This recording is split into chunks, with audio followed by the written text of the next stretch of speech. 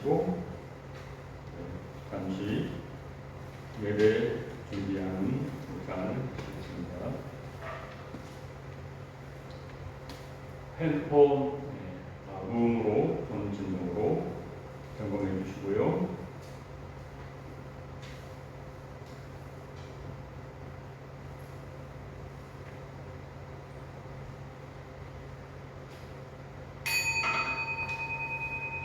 이제 2022년 8월 14일 평화통일일 한문예배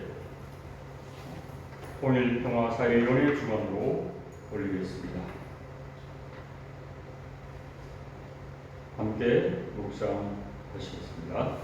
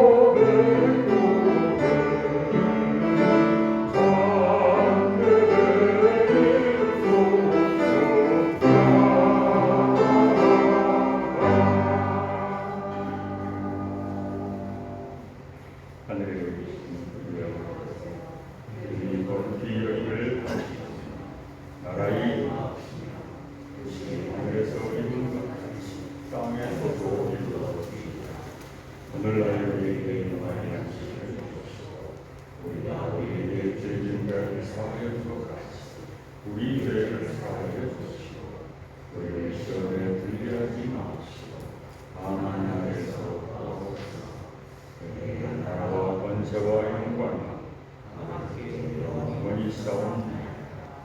아멘.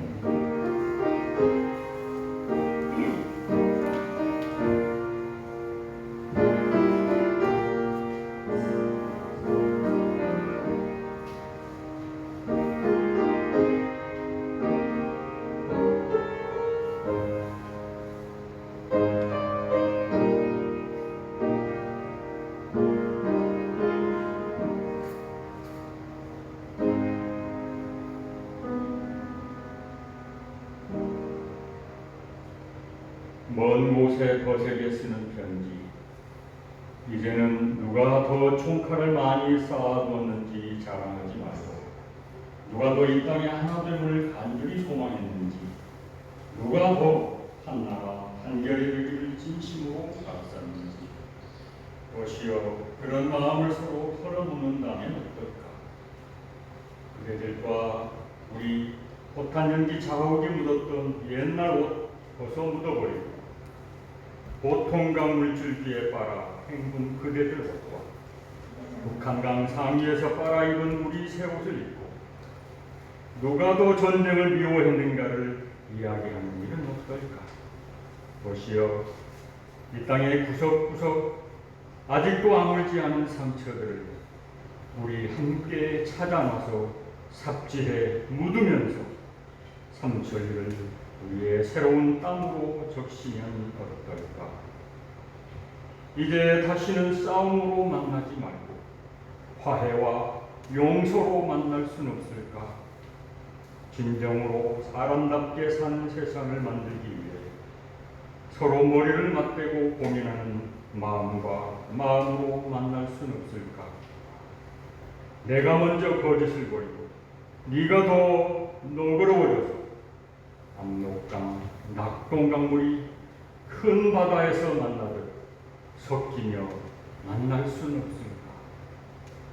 목이 타듯 그리운 사람들이여 목마르게 애타는 사나여 사랑이여. 하나님, 예배할 수 있는 지원 주셔서 감사합니다. 함께 드리는 평화 통일주의 예배, 주의 성령께서 친히 함께 하시고 저희에게 큰 은혜가 되게 하옵소서. 하나님께도 큰 영광을 돌리게 하옵소서. 우리 예배를 시중일관 주간에 주기를 간절히 비우고 예수님의 이름으로 기도 바칩니다. 아멘.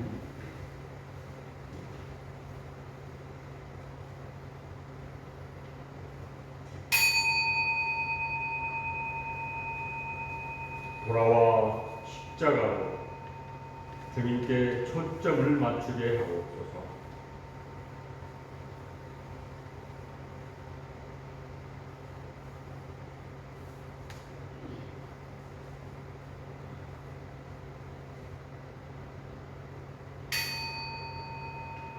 돌아와 십자가로 주님의 현존을 알아차리게 하옵소서.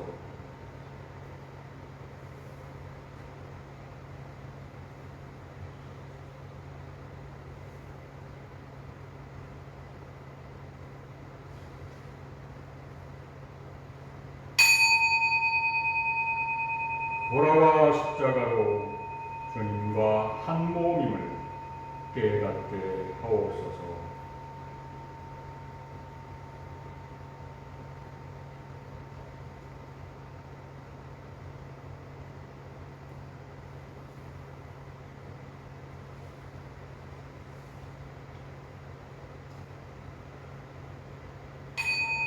야하, 지금 여기 한 몸 평화. 아멘.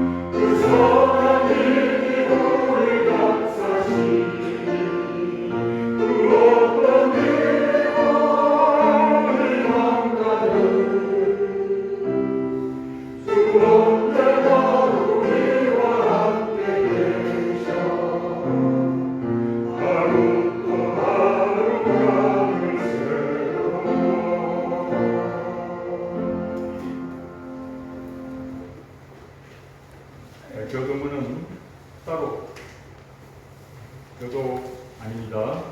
미안합니다.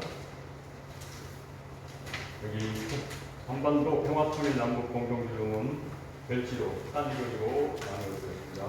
함께 이 남북 공동기도문을 서로 낭독하겠습니다. 주님, 언제여야 합니까? 언제여야 이 길잃은 한반도의 방황이 끝나는 것입니까? 언제여야 아픔의 땅, 한반도, 조선반도의 평화가 찾아오는 것입니까? 언제여야 남과 북과 남이 서로를 향했던 총칼을 내려놓고 서로를 쌓고 평화의 노래를 부르게 되는 것입니까? 우리의 이곳에 절망이 깃든 지 오래입니다. 기약 없는 평화를 목놓아 기다리는 것도 지참한 겁니다. 기어이 100년을 넘기는 것은 아닌지 노심초사입니다. 주님, 언제여야 짙게 드리운 분단의 그림자가 거치는 것입니까?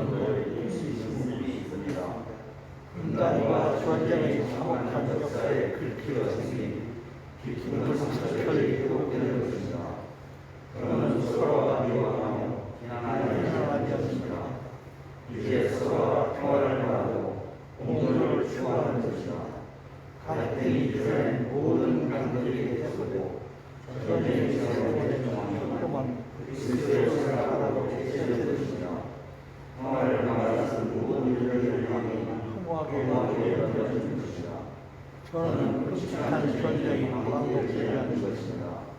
저는 동료의 방법에 쓰지 않는 것입니다.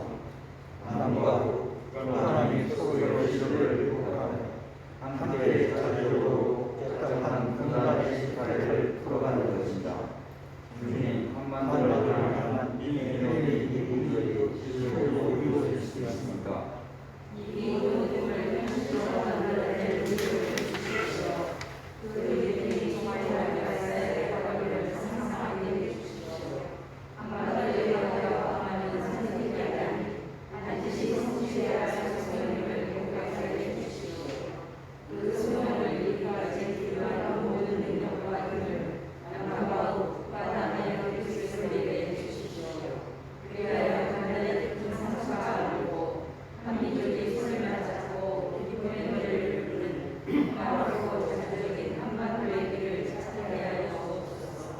거쳐가는 남북, 북남 통일의 불씨가 다시 살아가게 하옵소서.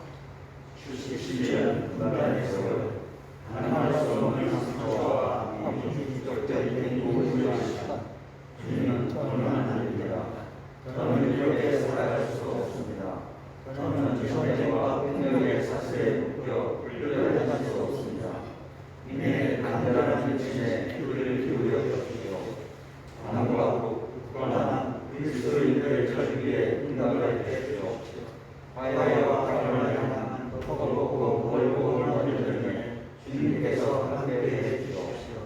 전의 왕, 평화의 임금 예수 그리스도의 이름으로 기도합니다. 아멘.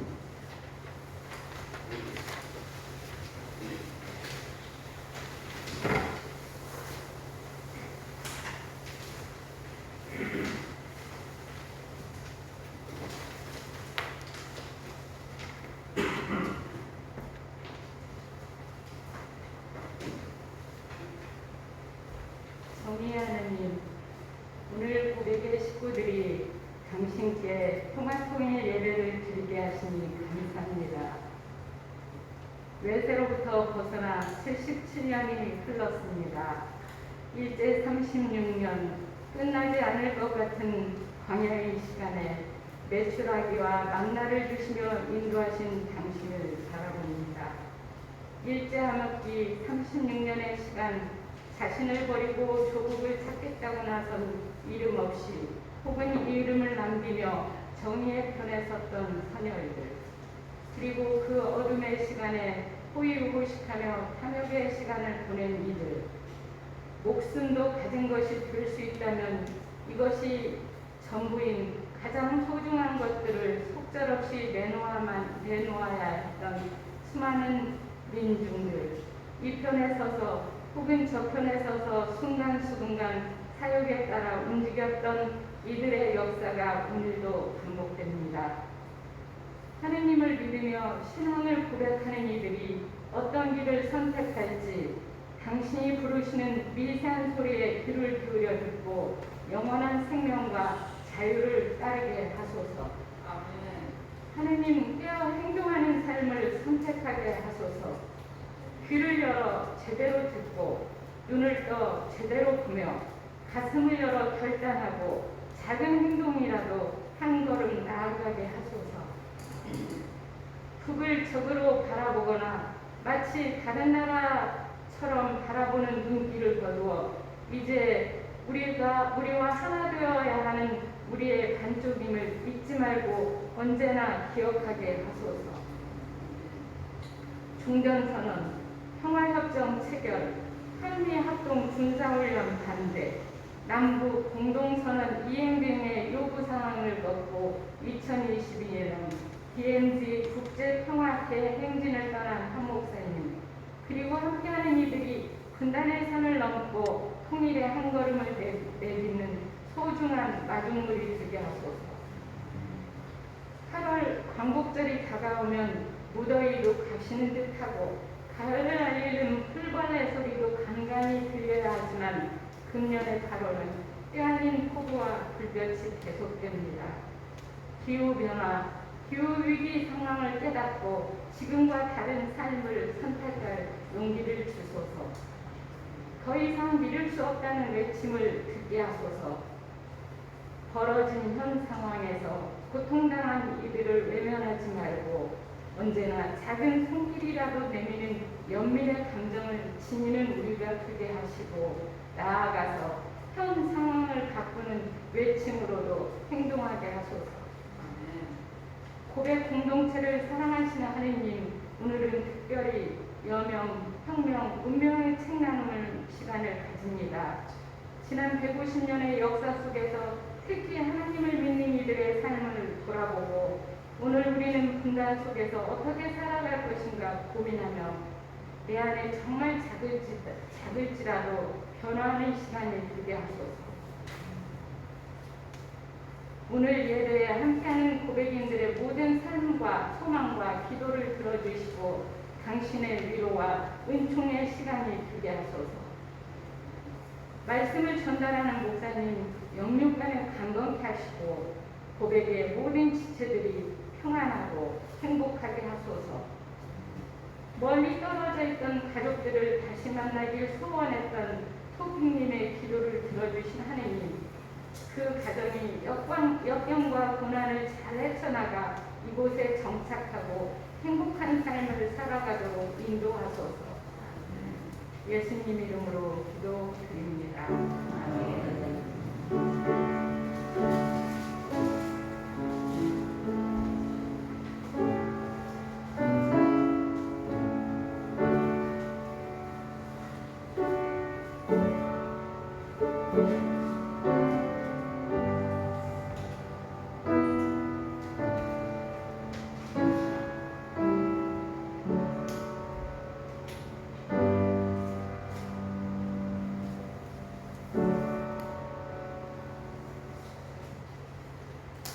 생명샘은 시편 133편입니다. 같이 봉독하도록 하겠습니다. 이다지도 좋을까 이렇게 즐거울까 형제들 모두 모여 한데 사는 일 아론의 머리에서 수염 타고 흐르는 옥빛으로 흘러내리는 향긋한 기름 같구나. 베로몬 산에서 시온산 줄기를 타고 굽이굽이 내리는 이슬 같구나. 그곳은 야의 흙에서 복을 내린 곳, 그 복은 영생이로다. 이다지도 좋을까 이렇게 즐거울까 형제들 모두 모여 함께 사는 일 아론의 머리에서 수염 타고 흐르는 옥깃으로 흘러내리는 향긋한 기름 같구나. 헤로몬 산에서 시온산 줄기를 타고 굽이굽이 내리는 이슬 같구나. 그곳은 야훼께서 복을 내린 곳, 그곳은 영생이로다. 아멘.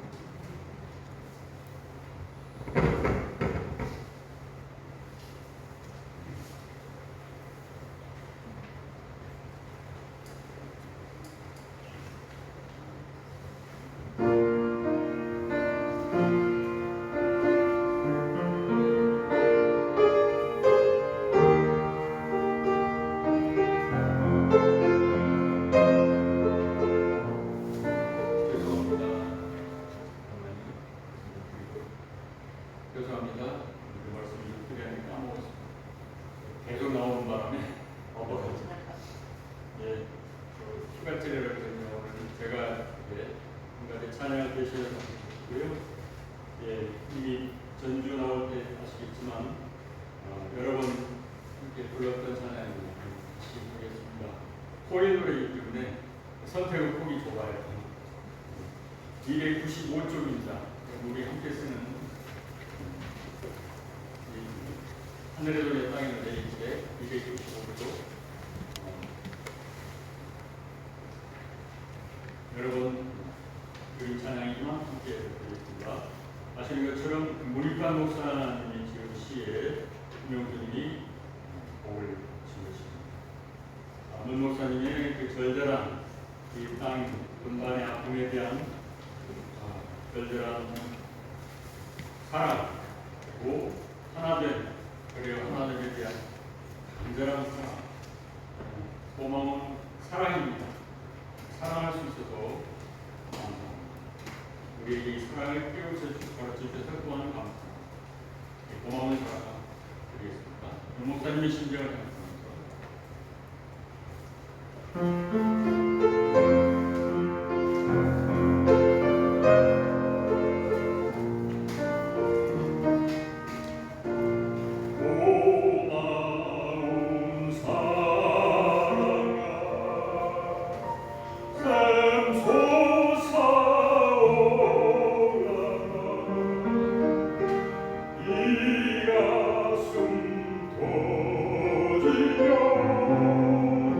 넘쳐나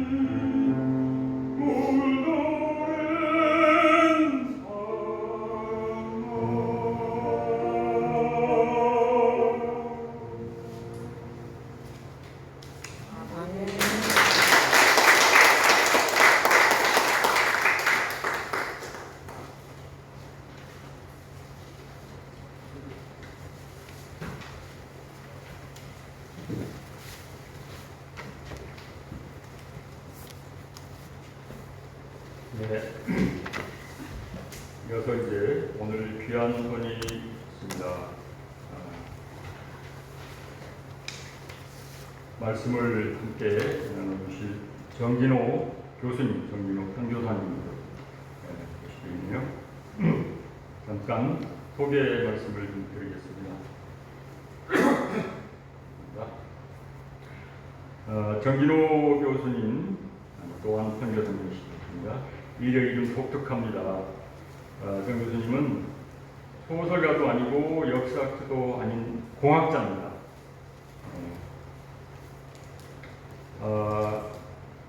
서울에서 태어나셔서 여의도고등학교를 졸업했고 서울대학교 재래공학부에서 박사를 얻으셨습니다. 이후에 진리를 찾아 방황하다가 미국의 MIT 박사 후 연구원 시절 남과 북, 그 다음에 해외에 흩어져 있는 우리 동포들 디아스포라 그 3자가 남과 북 디아스포라 3자가 하나 되는 한국 통일의 꿈을 꾸게 되었습니다. 그 이후에 1994년 세월을 뛰어넘는 결단을 하고 독립운동가로서의 삶을 선택해서 북간도로 갔습니다. 연변 과학기술대학에서 우리 조선족을 가르치다가 2003년 평양 땅을 밟았습니다. 평양에 과학기술대 그걸 새로 세우는 설립 부총장으로 수고하셨고 세계를 누비면서 민족이 하나 되는 꿈을 설파하였습니다. 2017년 여름 평양에서 나와서 캐나다 토론토 대학 방문 교수 중에 150년 근 현대사에 나타난 우리 민족 분열의 독립운동사와 통일 문제에 천착하게 되었습니다. 한동대에 계시면서 통일을 키우는 일도 열심히 함께 추진해 주셨고 또한 경상도 도청과 함께 남북 병역 포럼도 함께 진행해 주셨습니다. 유라시아 원리스트 포럼, 한동해 포럼을 만들어서 3자 연대의 꿈을 이어가면서 그리고 또 활동해 주셨고 경북일보의 코로나19 이후의 사회적 현상과 세상을 바라보는 여러 가지 지혜가 담긴 특별 기고를 연재하시기도 했습니다. 우리 귀한 시간을 내주시고 함께 귀한 말씀 나눠주실 우리 정진호 교수님, 박수로 맞아주시기 바랍니다.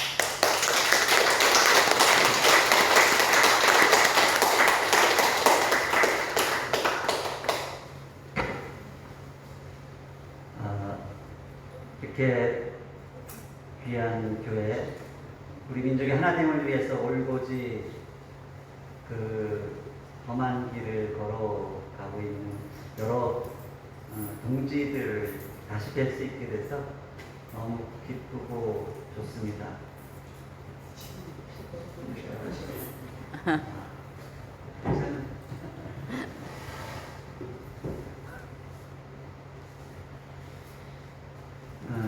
오늘 이렇게 말씀으로 함께 나눌 수 있는 기회까지 주셔서 너무 감사하고요. 한상열 목사님, 이광실 목사님, 그 여러 성도님들 가정에 큰 축복이 함께 하시길 바라겠습니다. 오늘 제가 나눌 말씀은 한몸 복음의 본질이라는 제목입니다. 제가 잠깐 기도하고 시작하겠습니다. 그럴까요?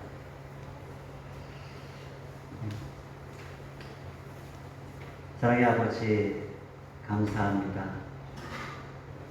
광복입니다. 빛이 다시 돌아오는 그 통일의 꿈을 우리가 꾼 지 70년이 훨씬 지났는데 아직도 광복을 기다리고 있습니다.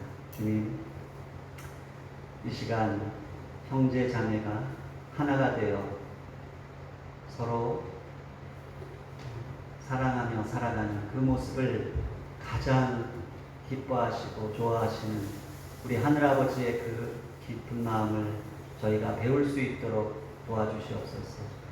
오늘 약속하신 부회사 성령님 이 자리에 함께 하셔서 예수 어린 양의 그 붉은 피와 그리스도의 기름 부으심의 그 권세가 함께하는 복된 시간 되게 하여 주시옵소서.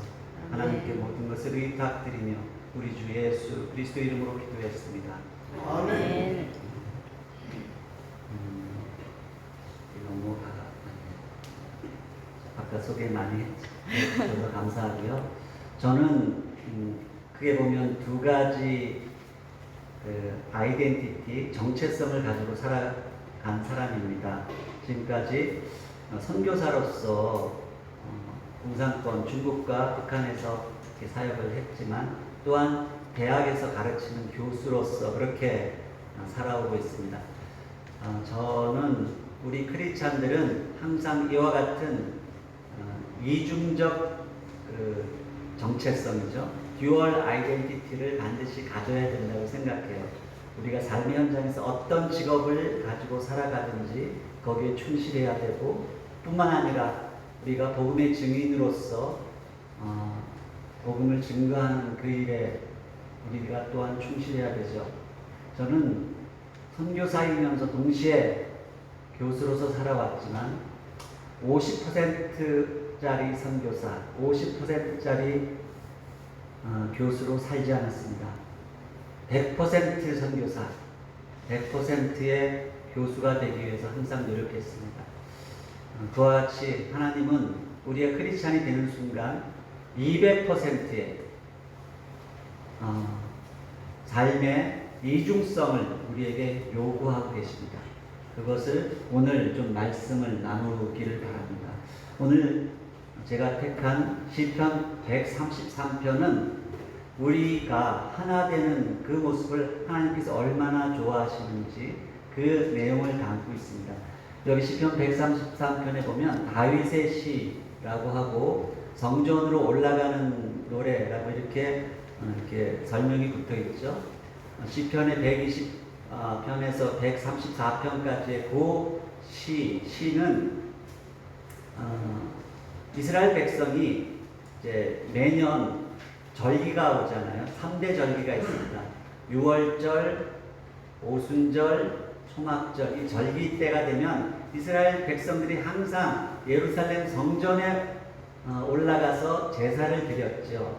그때 이 성전을 향해 올라갈 때 부르던 찬송시가 이 시편 122편에서 134편까지의 노래입니다.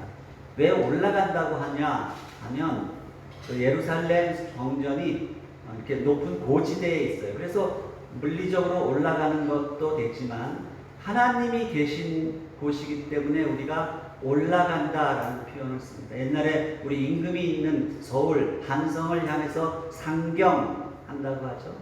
높은 지리산에 있는 사람도 서울로 갈 때는 상경입니다. 하나님이 계신 곳을 향해 올라가기 때문에. 그래서 우리가 이 성전을 향해 올라가는 시, 올라간다라는 히브리 말이 알리야, 알리야. 그래서 지금 흩어진 이스라엘 백성이 다시 이스라엘 성전을 향해 되돌아가는 것을 알리야 운동이라고 하죠. 하나님을 향해 올라가는 것입니다. 오늘 이 시간에 우리 모두가 하나님을 만나 뵈러 이 성전으로 올라가는 그 마음을 가지고 이 말씀을 좀 듣기를 바랍니다. 보라, 형제들이 하나가 되어 동거함이 어찌 그리 좋으며 어찌 그리 기쁜가. 우리 아버지의 마음입니다. 하나가 된다는 것, 에하드. 하나가 되는데 그냥 하나가 되는 게 아니고 동거하는 것입니다. 이것은 몸이 하나가 되는 것이죠. 한 몸이 되는 것입니다. 그것을 우리 하늘아버지가 가장 좋아하신다. 좋아한다. 라는 이 히브리 단어가 토브입니다. 토브. 이 토브의 의미는 그냥 좋다가 아니고 너무너무 좋아서 야하 하고 무릎을 탁 치며 좋다. 야하 좋다. 이 토브라는 단어가 창세기 1장에 하나님께서 우리 천지 만물을 지으신 후에 보시기에 좋았더라. 그때 쓰신 단어예요. 좋다. 너무 좋았어요. 하나님. 심히 좋았더라. 톱 메오 심히 좋았다. 그때 아버지의 그 마음, 창조시의 그 아름다움, 죄가 하나도 없었던 그 아름다운 상태를 보시고 기뻐하시고 좋아했던 그 마음이 바로 형제 자매가 한 몸이 되어 살아가는 그 모습을 기대하시는 그 아버지의 마음. 이 아버지의 마음을 오늘 우리가 배우려고 하는데요. 두 가지 비유를 하죠. 두 가지 비유. 마치 보배로운 그 기름이 제사장 아론의 수염 위로 타고 내려와서 흘러내리는 그 모습과 같아. 이게 첫 번째 비유고요. 두 번째는 헤르몬산의 이슬이 시온의 산들에 내림과 같다. 이런 두 가지 비유를 하는 거예요. 이게 무슨 의미일까? 한번 같이 보겠습니다. 이 한 몸이 된다는 것은 성경의 주제입니다. 성경 전체의 주제예요. 한 몸, 히브리 말이 에하드, 바사르입니다. 에하드가 하나됨, 바사르가 몸, 우리 몸 있잖아요. 살. 이 몸을 바사르라고 해요. 그런데 우리가 한 몸이 된다는 것은 그냥 정신적으로만 한 몸이 되는 그런 의미가 아니죠. 옛날 그리스 헬라 사람들, 플라톤은 이 정신적으로 하나 되는 것을 가르쳤어요. 그래서 플라토닉 러브 하는 것은 정신적인 사랑입니다. 그러나 우리 성경 하나님이 우리에게 이 성경에서 가르쳐 주시는 하나됨은 정신적으로만 하나 되는 게 아니고 우리가 영적으로, 정신적으로, 그리고 육적으로 하나 되는 이것을 가르치는 것입니다. 몸이 하나 돼야 돼요. 몸이 하나. 그런데 놀라운 것은 이 살, 몸이란 이 단어 안에 또 다른 뜻이 있습니다. 복음이라는 뜻이 있어요. 히브리 말, 이 바사르라는 이 단어가 몸이라는 뜻도 있지만 복음이라는 뜻을 갖고 있어요. 그래서 구약 성경에 보면 이사야 61장에 주의 성령이 내게 임하셨으니 이는 가난한 자에게 복음을 전하게 하시려고 내게 기름 부으사. 찾아보면 다 바사르, 바사르, 몸이라는 뜻이에요. 몸이 곧 복음이라는 뜻이에요. 우리가 몸을 가진 존재로 창조되었다는 그 사실 자체가 복음이에요. 우리가 천사나 유령처럼 떠돌아다니는 육체가 없고 영적인 그런 존재가 아니고 몸이 있기 때문에 맛있는 음식도 먹을 수 있고 사랑하는 사람을 껴안을 수도 있고 이게 복음이라는 뜻이에요. 복음. 그래서 몸이 중요한 몸.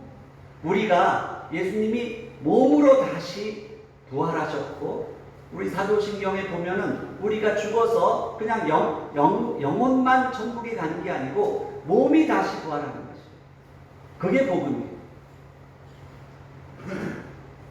그 중에서 우리 이 복음의 비밀을 깨우쳐 주시기 위해서 하나님이 우리에게 허락하신 아주 중요한 장치가 결혼이라는 것이죠. 창세기 2장에 보면 한 남자와 한 여자가 서로 만나 연합하여 한 몸이 되는 그 이야기가 나오죠. 한 몸, 에하드 바사르가 처음 등장하는 것이 창세기 2장. 결혼이에요, 결혼.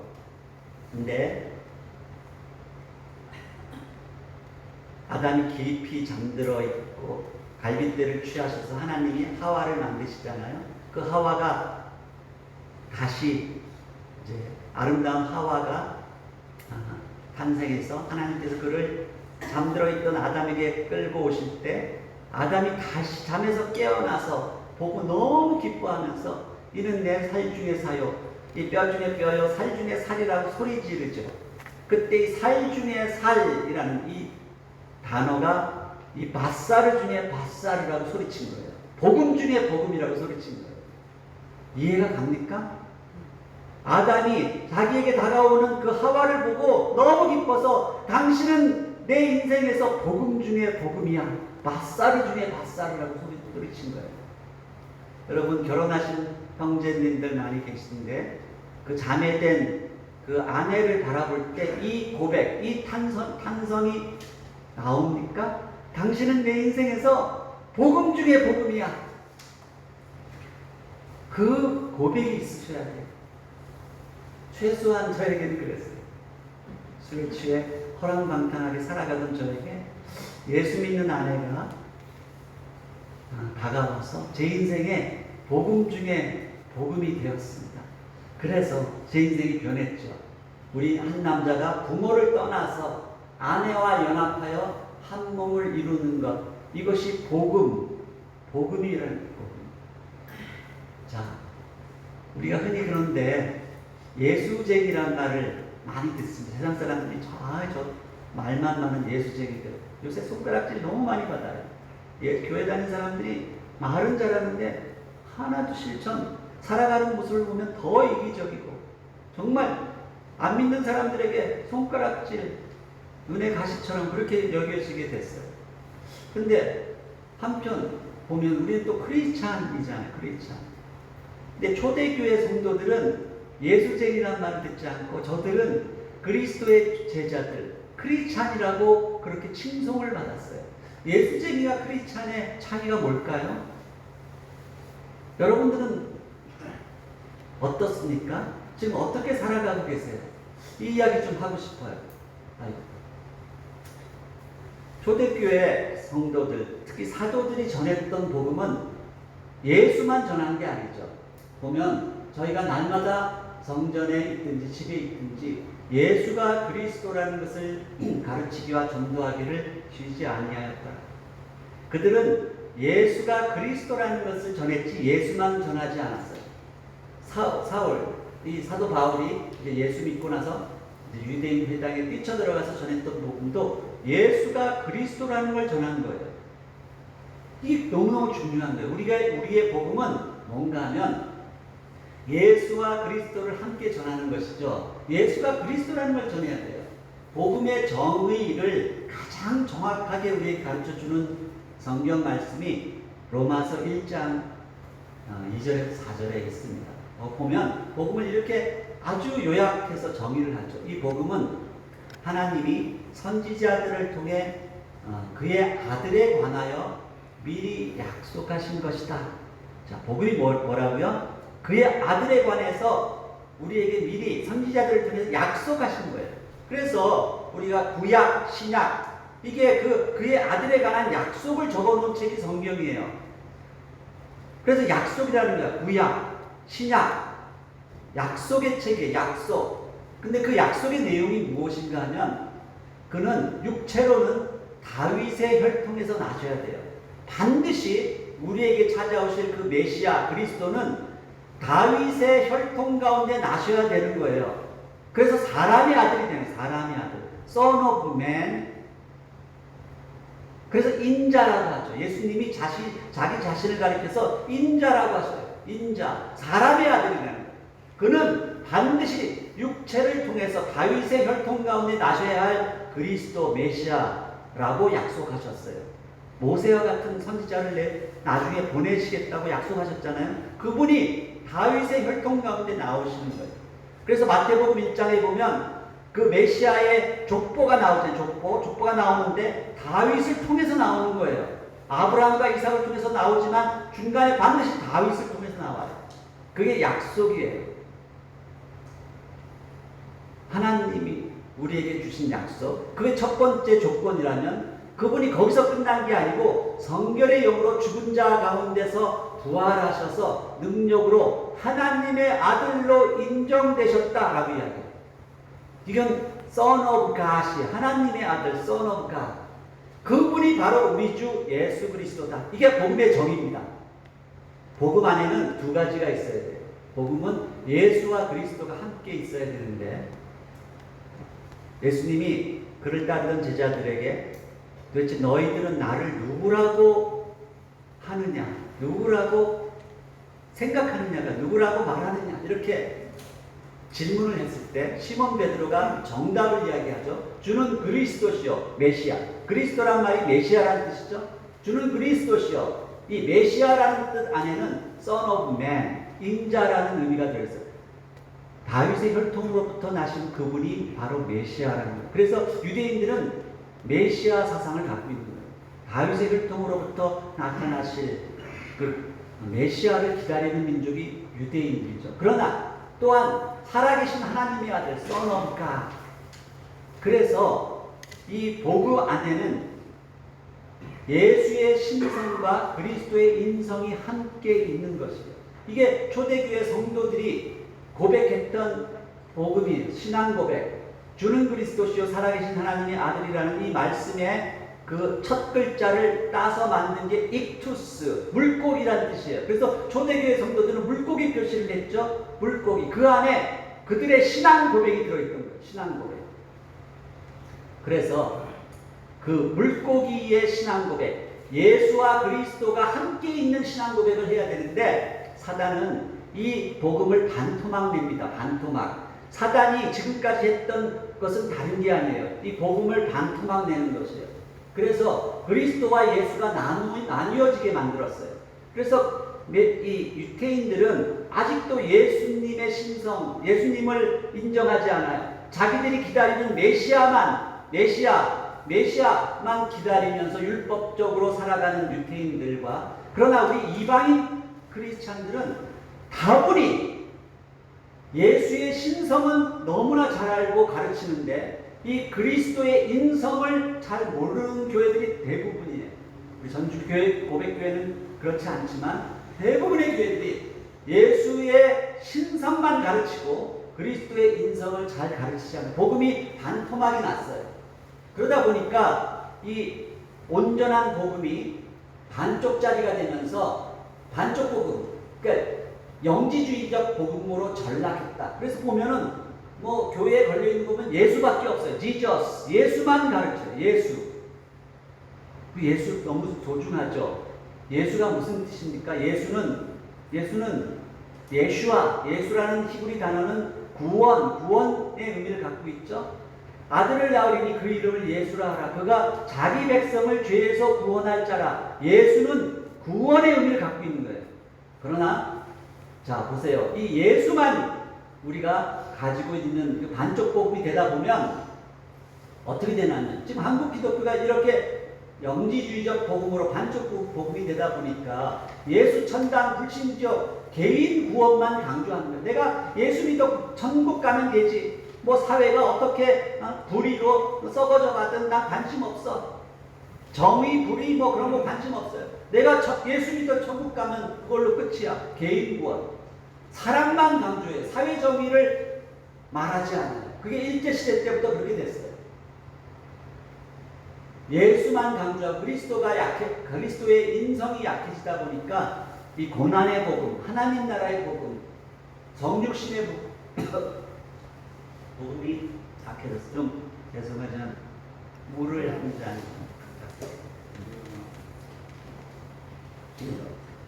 가난한 자에게 복음을 전하는 것이 약화되고 개인의 풍요의 복음, 기복신앙으로 한국교회가 전락을 하게 된 것입니다.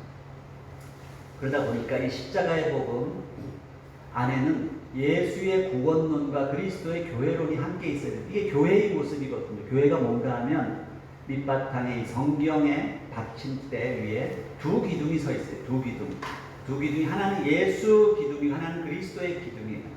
예수와 그리스도가 함께 서야 되거든요. 말씀드렸죠. 예수는 구원의 기둥, 개인 구원의 개인 복음이에요. 그러나 그리스도는 뭡니까? 기름 부으심이요. 그리스도, 메시아라는 뜻은 기름 부었다는 뜻이에요. 우리가 성령의 기름 부음이 임할 때 어떤 일이 벌어지죠? 사도행전 2장에 보면 땅끝까지 나아가서 복음을 전하는 거예요. 이것은 사회 구원이에요. 나만 구원받는 게 아니고 그리스도의 기름 부음이 임하면 사회에 가난하고 약한 자들을 찾아가서 그들을 돕고, 그리고 나뉘고 싸우는 분열의 땅을 찾아가서 그들을 하나 되게 만들고 하는 이 그리스도 사회 구원, 사회 복음이 함께 있어 주어야 합니다. 이 두 기둥이 성경에서 이야기하는 야긴과 솔로몬 성전에 두 기둥이 있었죠. 야긴과 보아스라는 두 기둥이 있었어요. 그래야지 온전한 성전이 되는 거예요. 온전한 교회. 그래야지 하나님께 영광을 돌리게 되는 것이죠. 그런데 우리나라의 복음은, 우리나라의 교회는 지금 예수와 그리스도가 나뉘어졌어요. 그래서 싸우고 있어요. 한 기둥씩 나누어 가졌어요. 이게 왜 그렇게 됐냐면, 나중에 오후 시간에 더 자세히 말씀드리겠지만 일제시대를 통과하면서 그렇게 된 거예요. 한쪽은 예수만 붙들고 한쪽은 그리스도만 붙들었어요. 그러다 보니까 오른쪽 기둥이 빠지면 어떻게 돼요? 우경화됩니다. 교회가. 왼쪽 기둥이 빠지면 어떻게 돼요? 좌경화됩니다. 그게 우리나라의 교회의 현실이에요. 이것을 우리가 다시 회복해야죠. 그래서 예수님이 십자가상에서 다 이루었다라고 말씀하신 것은 이거 우리를 죄를 위하여 십자가에 달려 돌아가시고 부활하신 이 구원의 문제, 구원론의 문제만 해결하신 게 아니고 요한복음 11장에 보면 우리를 열방의 모든 민족을 하나 되게 하기 위하여 십자가를 지셨다고 이렇게 돼 있어요. 십자가의 의미에는 우리를 하나 되게 하는 교회론의 문제가 함께 있는 거예요. 그러니까 구원론의 문제와 교회론의 문제를 다 이루신 그 자리가 바로 십자가예요. 그래서 다 이루셨다고 하십니다. 다 이루셨다. 그래서 십자가는 우리에게 구원의 길만 가르쳐 주시는 게 아니고 우리가 하나 되게 하는 평화의 길을 함께 가르쳐 주는 곳이 바로 십자가입니다.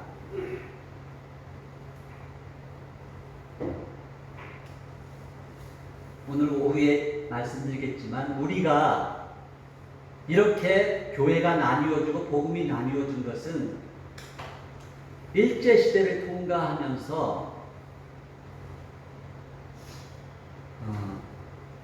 미국 선교사들과 캐나다 선교사들이 동서로 나뉘어서 반쪽씩 이제 가르쳤어요. 교회를 세우고 했는데 그들의 복음 혹은 신학이 달랐습니다. 그러다 보니까 미국 선교사들의 영향을 받았던 평안도 황해도 지역에서 내려오신 분들이 만든 게 예장이에요. 예장. 앞에 예수가 붙으면 다 보수예요. 보수. 근데 함경도, 북간도, 연해주 지역에 거기서는 캐나다 선교사들이 교회를 세우고 가르쳤거든요. 그 은진중학교 출신들이 내려오셔서 만든 게 기장이에요. 기장. 그리스도. 그분들은 그리스도를 붙들었어요. 그분들이 김재준, 문익환, 윤동주, 강원영 이런 분들이 다 진보적인 신앙을 갖게 된 것이에요. 이것이 나뉘어졌어요. 이것을 우리가 합해야 됩니다. 이 이야기를 오후 시간에 더 깊이 나누려고 하고요. 자, 2절로 넘어가 볼까요? 하나님께서 우리가 하나 되어서 이렇게 살아가는 걸 제일 기뻐하시는데 그것이 마치 머리 위에 보배로운 기름이 아론의 수염 위로 흘러내려 그의 옷자락에 흘러내린 것 같다. 이런 이상한 표현을 쓰세요. 이게 도대체 무슨 이야기인가? 레위기에 보면 이제 대제사장이 이제 임명을 받을 때 위임식을 하잖아요. 그 대제사장의 의복이 얼마나 화려하고 아름다워요. 너무나 막 보석으로 장식하고 이렇게 아름다운 옷을 다 차려입고 마지막에 어떻게 하냐면 이 양각나팔에 그 올리브 기름을 잔뜩 넣어서 그 기름을 아론의 제사장 머리 위에 줄줄줄 부어요. 한두 방울 떨어뜨린 게 아니고요. 완전히 기름이 줄줄줄 수염을 타고 온 옷깃에 흘러내리도록 기름을 붓는다는 거예요. 이 기름 붓는다는 게 메시아. 그래서 제사장이 왜 그러니까 참 황당한 일이죠. 그렇게 차려입고 나서 완전히 기름에 쫄딱 빠진 생쥐처럼 만들어버려요. 기름 부음. 이것은 기름 부음은 하나님의 권세가 우리에게 임하는 그런 의미도 있지만 우리의 상처난 몸을 다 치유하는 치유의 의미, 우리가 갈라진 것을 하나 되게 만드는 하나됨의 의미, 많은 의미가 이 안에 들어있는 거예요. 그 기름 부음의 권세가 임해야지 우리가 땅끝까지 나아가서 이 복음을 전할 수 있는 것이기 때문에 이 기름을 붓는 것이에요. 예수님도 제자들에게 너희가 성령이 임할 때까지 나가지 말고 이 예루살렘을 기다리라고 하셨잖아요. 그래서 마가의 다락방에서 성령 세례, 성령의 기름 부음이 임하니까 그때부터 세상을 향해 뛰쳐나가기 시작하는 거예요. 메시아의 기름 부음. 마치 그와 같다는 거예요. 우리가 형제자매가 하나 되어서 연합해서 서로 사랑하고 살아가는 그 모습이 아론 제사장 머리에 기름이 부어지는 그 모습과 같다. 무슨 이야기예요? 이 아론 제사장은 지금 제사장이지만 진짜 우리의 참 대제사장은 예수 그리스도잖아요. 예수 그리스도의 몸 위에 기름이 붓는 거야. 기름 부음이 있을 때 예수 그리스도의 몸이 뭐죠? 그걸 교회라고 하죠. 교회. 예수 그리스도의 몸이신 그 교회 안에 모든 열방 민족이 다 들어와 있는 거예요. 이란도 들어와 있고, 이라크, 시리아, 파키스탄, 북한, 중국 다 이 그리스도의 몸 안에 들어와 있는 거예요. 근데 그것이 어떻게 서로 원수된 그들이 팔레스타인, 이스라엘 사람들 그 사람들이 어떻게 하나 돼요? 절대로 하나 되지 못해요. 그런데 성령의 기름 부으심이 임할 때 하나 되는 거예요. 그래서 형제 자매가 연합하여 서로 동거하며 살아가는, 서로 사랑하며 살아가는 그 모습이 아론 제사장의 머리에 기름이 부어지는 그 모습과 같다. 교회 안 이 그리스도의 몸 안에 있는 수많은 민족들이 하나 되게 하는 그 기름 부음과 같다. 이렇게 이야기하시는 거예요. 이 온전한 복음은 그래서 이제 결혼, 한 몸이 되는 것인데, 우리가 예수 신랑 예수와 우리가 결혼한다고 하죠. 우리 교회가 신부가 신랑 예수와 결혼해서 한 몸이 되는 그렇게 표현을 하잖아요. 그렇게 될 때 예수 그리스도가 가지고 계신 신분과 권세가 우리 신부인 우리에게도 같이 임하는 거예요. 자, 보세요. 우리가 예수님과 결혼해서 한 몸이 된다는 것은, 우리가 예수님을 받아들이고 믿는다는 것은 무슨 뜻인가 하면, 예수님의 그 신분이 우리에게 임하는, 우리가 신분이 바뀌어요. 예수님과 결혼하는 순간 우리는 하나님의 아들이 되고 예수님의 신부가 되고 우리 안에 성령님이 임하심으로 성령님이 거하시는 성전이 되는 거예요. 그것이 우리의 신앙 고백을 통해서 일어나는 사건이에요. 신앙 고백을 통해서 이 일이 벌어져요. 대단히 놀라운 일이죠. 신분이 변하는 거예요. 신분. 그러나 여기서 그치는 것이 아니고 우리의 신랑이신 예수 그리스도가 가지고 계신 그 권세가 있어요. 권세가 뭔가 하면, 그분의 권세가 뭐예요? 그분은 이 하늘과 땅과 모든 것의 권세를 지니신 분이잖아요. 우리가 원래 창조 시에 하나님의 형상이 다 깨어져 있는데 그것을 다시 회복돼요. 그리고 우리가 왕과 제사장과 선지자의 권세를 갖게 돼요. 자, 기름 부음이 임한 사람이 누군가는 왕과 선지자와 제사장이, 구약시대에 보면 이 세 부류에게 기름을 부었어요. 기름 부음이 임할 때 왕의 권세가 생기고 제사장의 권세, 그리고 선지자의 권세가 생기는데, 우리 예수님은 이 세 가지 역할을 동시에 통합적으로 수행하시는 분이세요. 구약시대에는 역할이 분담되어 있었죠. 다윗은 왕, 아론은 제사장, 엘리야는 선지자. 그런데 예수님은 이 세 가지를 한꺼번에 수행하시는 분이세요. 그분이 우리의 신랑이 되신 거예요. 신랑이, 우리가 결혼해서 한 몸이 된다는 것은 신랑의 권세를 우리가 다 누리는 것이에요. 이해가 갑니까? 네.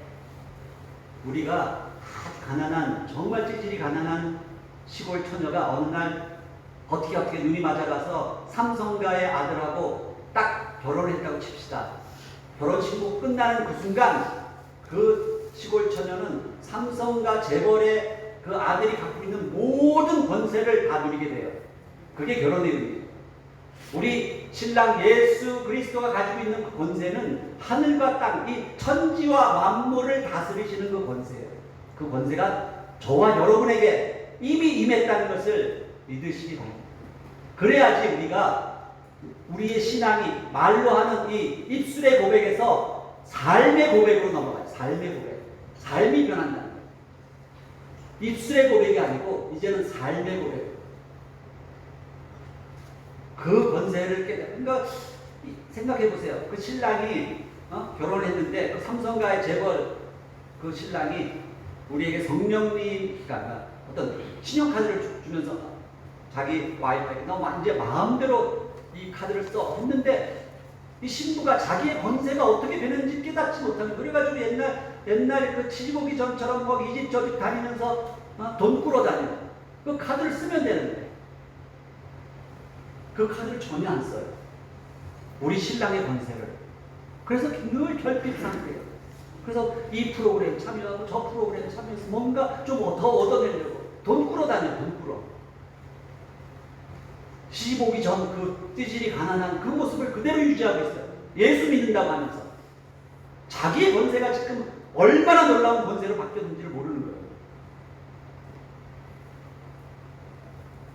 삶의 현장이 바로 선교 현장이 되어야 돼요. 그래서 예수를 믿고 기름 부음이 임하는 그 순간 그 겁쟁이 제자들이 거리로 뛰쳐나가서 담대하게 복음을 전하기 시작하죠. 죽기까지 땅끝으로 나아가 그 엄청난 권세를 갖게 되는 것이죠.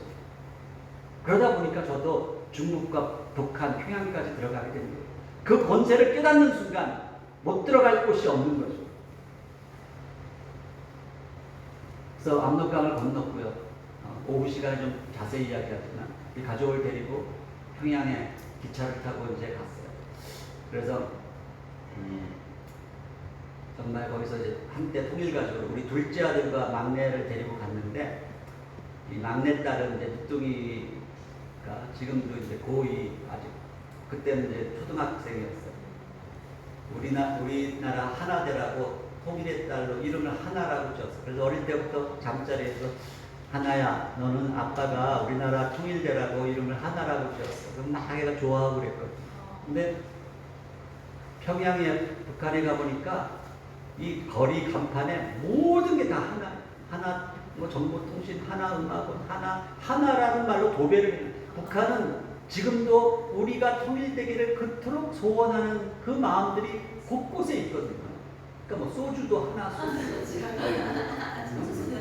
가는 곳마다 하나. 그러니까 애가 막 이제 눌리는 거예요. 사람들이 놀리니까. 아빠 왜 내 이름 하나라고 지어서 자꾸 사람들이 놀리니까. 응? 내가 여기 와서 산다고 우리나라가 통일이 될 것 같아.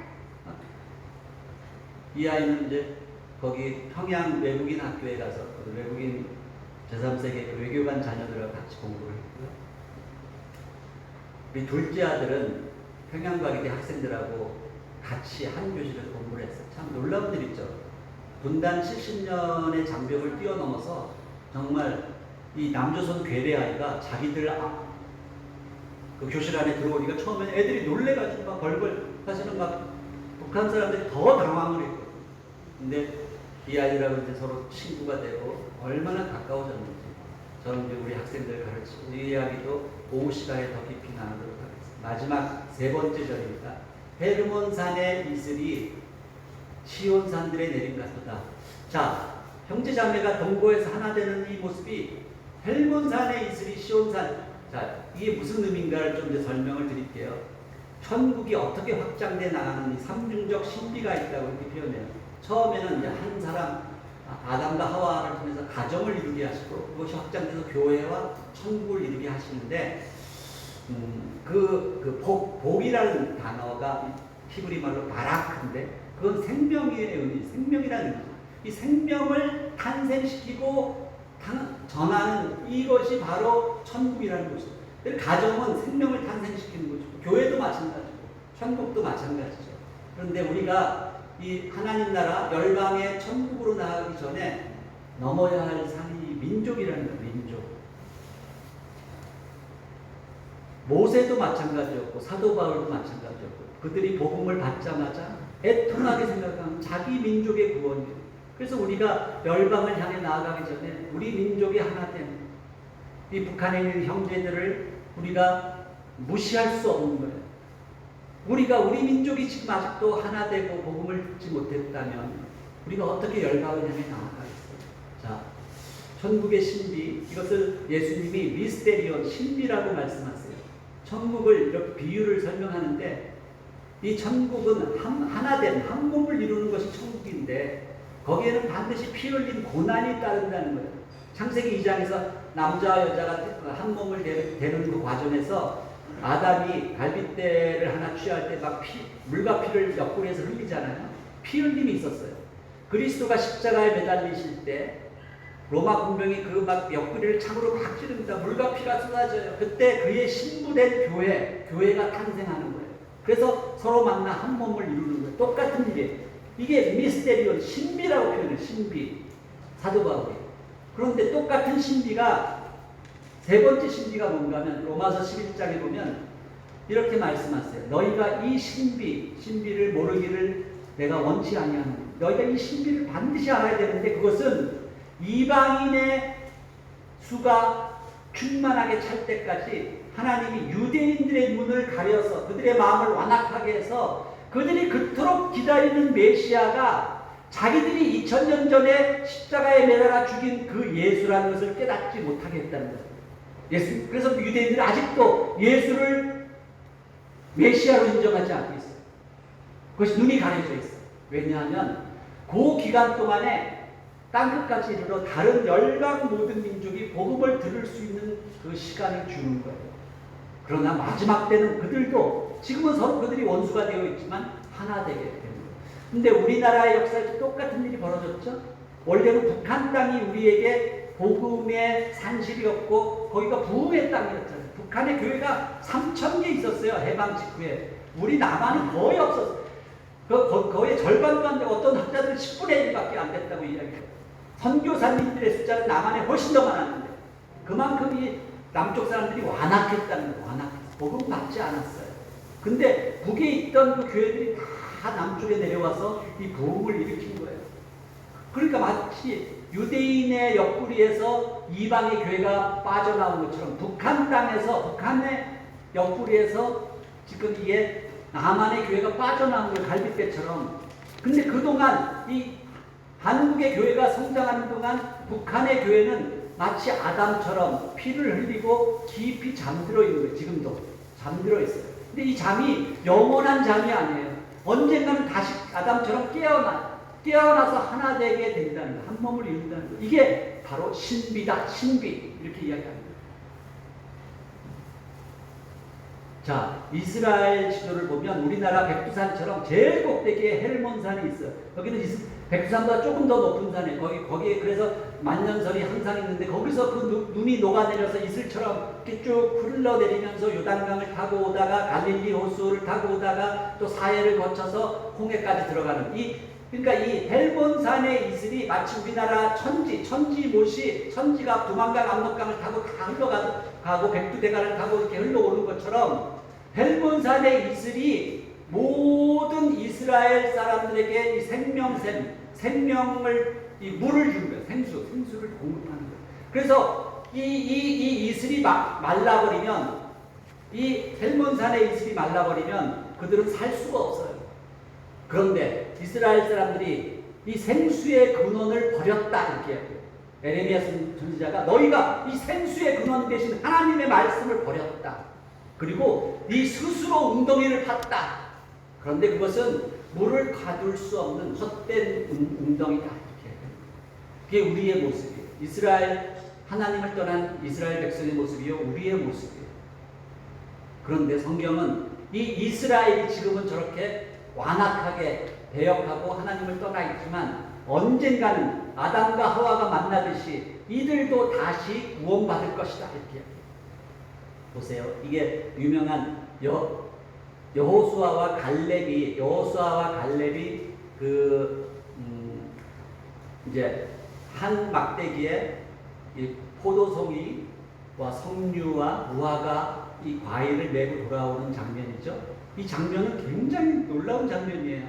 여러분, 여호수아는 이스라엘 에브라임 지파의 이스라엘 백성이죠. 갈렙은 누굽니까? 갈렙은 이스라엘 백성이 아니죠. 이방인이에요. 겐 지파라고 그 가나안 7족속 중에 멸망받아 마땅할 그 겐 지파에 속했던 여분네라는 사람이 그 이제 출애굽 당시에 그 10가지 재앙 하나님이 살아계심을 보고 똑같이 믿음을 가지고 어린 양을 잡아서 은솔주에 바르고 이 어린 갈렙을 데리고 함께 출애굽한 거예요. 함께 출애굽. 이 갈렙은 그래서 이방인이에요. 이방인. 갈렙이라는 히브리 말 자체가 개라는 뜻이에요. 독. 이스라엘 사람은 이방인을 개처럼 여겼거든요. 개. 여러분 아들 낳으면 갈렙이라는 이름 많이 짓죠. 그 의미를 알고 지으세요. 개라는 뜻이에요. 개. 그런데 개처럼 여김받던 이 갈렙이 지금 포도송이 예수님의 십자가의 보혈을 상징하는 포도송이를 둘이 같이 내고 돌아오는 장면이에요. 12정탐꾼 중에 2 사람만 믿음으로 이렇게 이 포도송이를 취했죠. 이게 바로 이 갈렙이에요. 갈렙은 이스라엘 백성의 모습이요. 우리의 모습이에요. 그런데 성경은 이 이스라엘 엄청난 이게 성경의 전체 주제예요. 마지막 때가 되면 이 유대인과 이방인이 함께 포도송이를 내는 그 때가 온다는 거예요. 이게 한 몸의 신비예요. 똑같죠. 우리 아들 문영이 둘째 아들이 북에 있는 친구와 어깨동무하고 있는 이 모습, 여호수아와 갈렙의 모습, 한 몸을 이루는 것입니다. 그래서 성경은 우리가 죄를 지은 우리가 불순종으로 쫓겨났잖아요. 근데 그들이 다시 회개하고 아버지 집으로 돌아오는데 그 돌아오는 과정을 우리에게 설명해 주는 거죠. 그 이야기를 담은 게 이 성경책이잖아요. 불순종으로 아버지 집을 떠났던 그 탕자가 어떻게 아버지 집으로 다시 되돌아오는가, 그것을 우리에게 설명해 주는 책. 그래서 성경은 이렇게 저는 표현하고 싶어요. 한 몸을 이루는 그 스토리인데 그 마지막이 뭔가 위대하고 장엄한 그 클라이막스가 유대인과 이방인의 모든 종족이 그리스도 안에서 함께 찬양하는 거예요.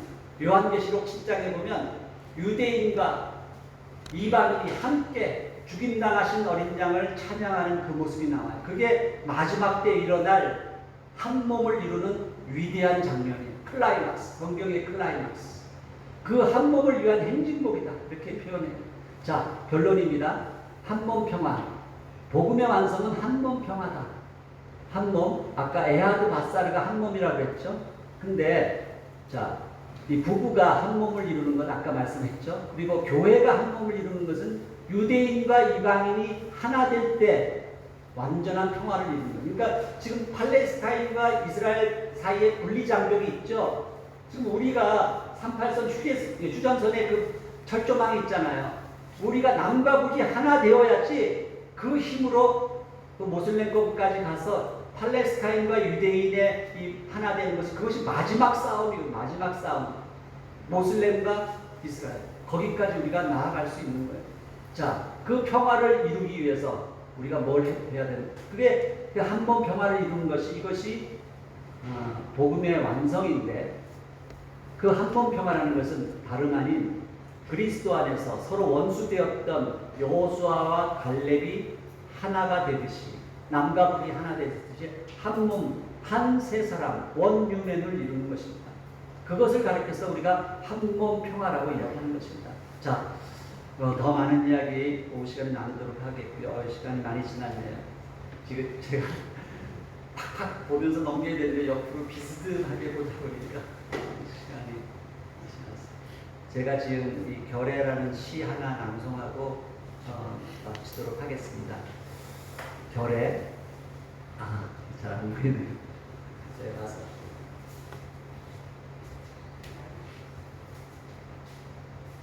여기서 읽을게요. 오래전에 한 10여 년 전에 지은 시가 돼서 우리 연변에 있는 주선족들, 북한 사람들을 생각하면서 지은 시예요. 결례. 한 결례로 태어났다는 것, 그 의미는 무엇일까? 내 아버지의 아버지가 당신 아버지의 어머니와 먼 친척벌이 된다는 것인가? 우리의 노란 얼굴색이 납작한 꽃잔등이 서로 닮았다는 뜻인가? 우리 아이들의 엉덩이 반점이 결례를 말해주는가? 결례는 그런 뜻이 아니다. 억울한 헤어짐으로 가슴 애듯 아파할 때, 재회의 통곡을 보며 함께 눈물을 흘릴 때, 구수한 된장국으로 주름진 미소가 마주볼 때, 놀이패 어울림의 장단으로 어깨춤이 절로 날 때, 꼴 하나의 통쾌함으로 반도산천이 메아리칠 때, 하나가 되고픈 간절함으로 숨죽여 흐느껴 기도할 때, 우리는 결례가 된다. 아멘.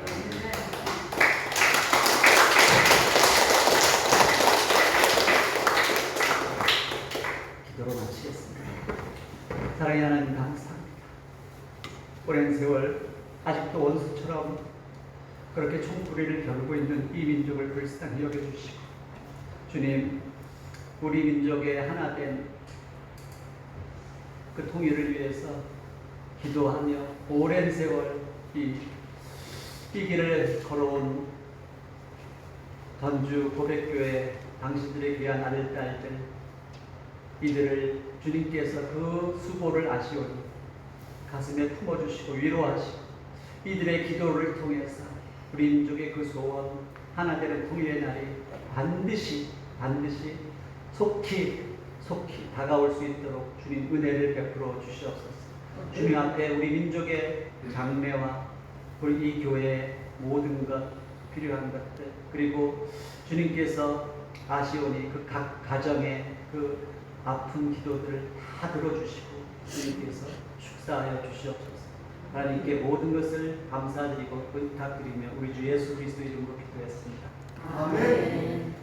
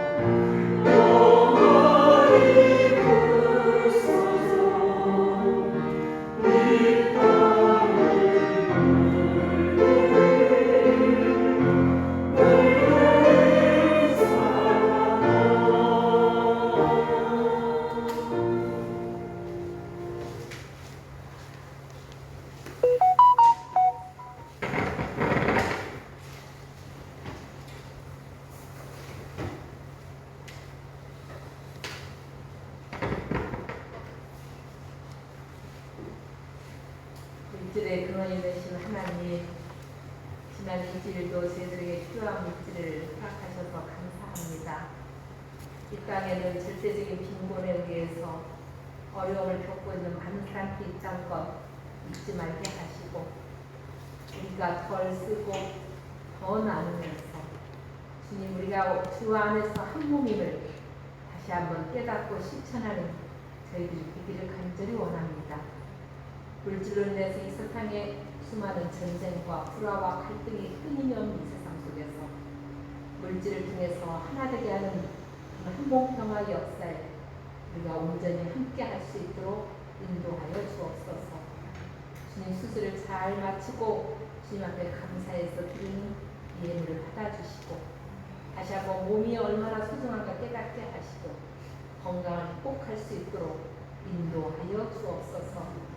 이 열통에서 더욱더 주님과 영적으로 뜨거운 만남 이루게 하시고, 남은 인생이 더욱더 주님 보시기에 아름다운 인생으로 인도될 수 있도록 축복하여 주시옵소서. 이 밖에도 몸이 아픈 우리 고백 식구들, 주님 그 아픈 곳을 어루만져 주시고, 육신의 병으로 인해서 좌절하거나 그 마음에 불편이 있지 말게 하시고, 우리가 그것을 통해서 더욱더 주님께 가까이 가면서 찬양할 수 있는 그런 삶으로 인도하여 주옵소서.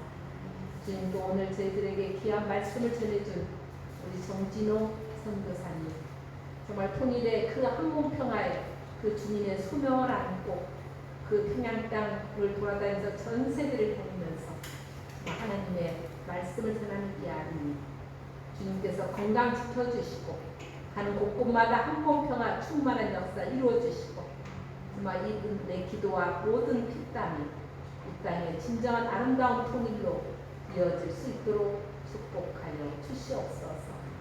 주님이 예배를 드리는 저희들의 마음을 주님 주장하시고 다시 한번 나 개인의 삶에 매몰되었다면 다시 돌이켜서 이 민족의 통일을 위해서 세계의 평화를 위해서 기도하고 실천하는 우리 고백인들도 들떠 일어날 수 있도록 인도하여 주시옵소서. 주님 또 새롭게 또 한국 땅을 밟은 우리 토픽의 가족들이 있습니다. 순교수, 시모, 하모디 그리고 사라. 주님이 이방인 땅에서 얼마나 낯설고 마음은 또 불안하게 이루 말할 데 없습니다.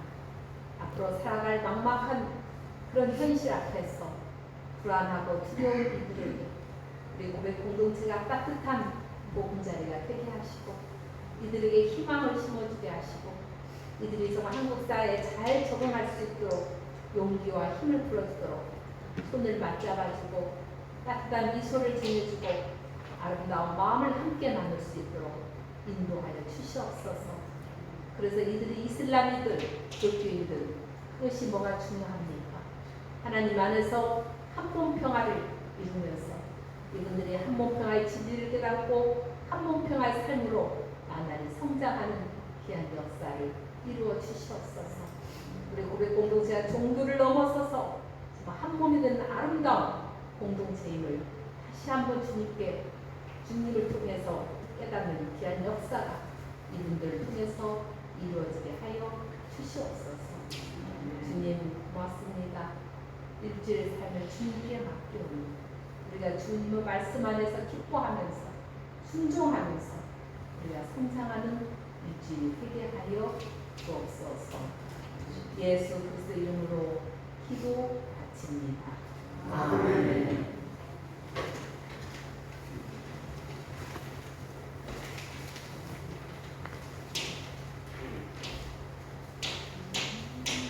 안녕하세요. 공동체 상 나누는 시간입니다. 오늘 멀리서 저희 교회에서 정말 한몸평화에 대해서 좋은 말씀 해주신 정진우 교수님, 시편 113편 다윗이 성전에 올리는 노래를 통해서 한몸평화의 신비와 복음의 본질을 오늘 자세히 설명해 주셨습니다. 다시 한번 감사의 박수로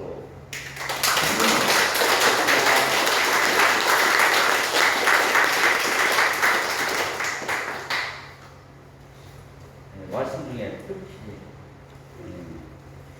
복음의 완성 한몸평화 하는 말씀이 강하게 와닿았습니다. 그리고 한몸평화를 위해서 함께 강하게 노래합시다. 우리 한 목사님께서는 지난주 목요일부터 토요일까지 비행제트 평화기행을 마치시고 오늘은 다른 교회에 지금 예배 인도하러 가셨습니다.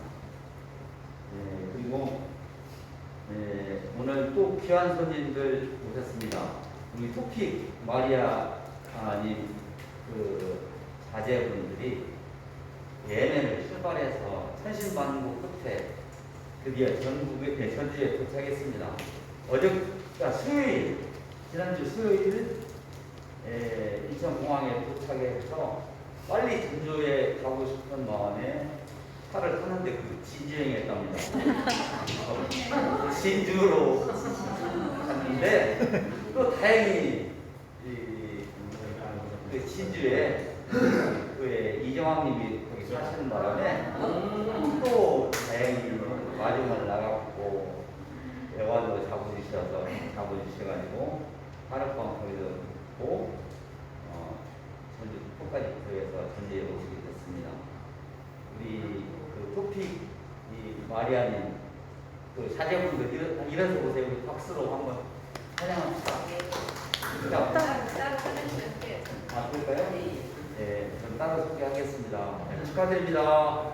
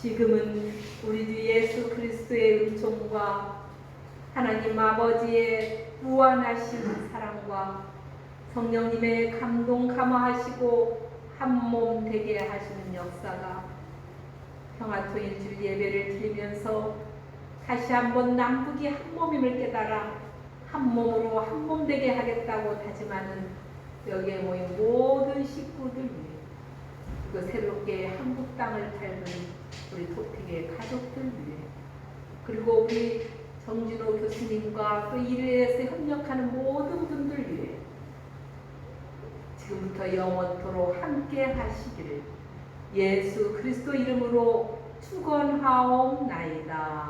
아멘.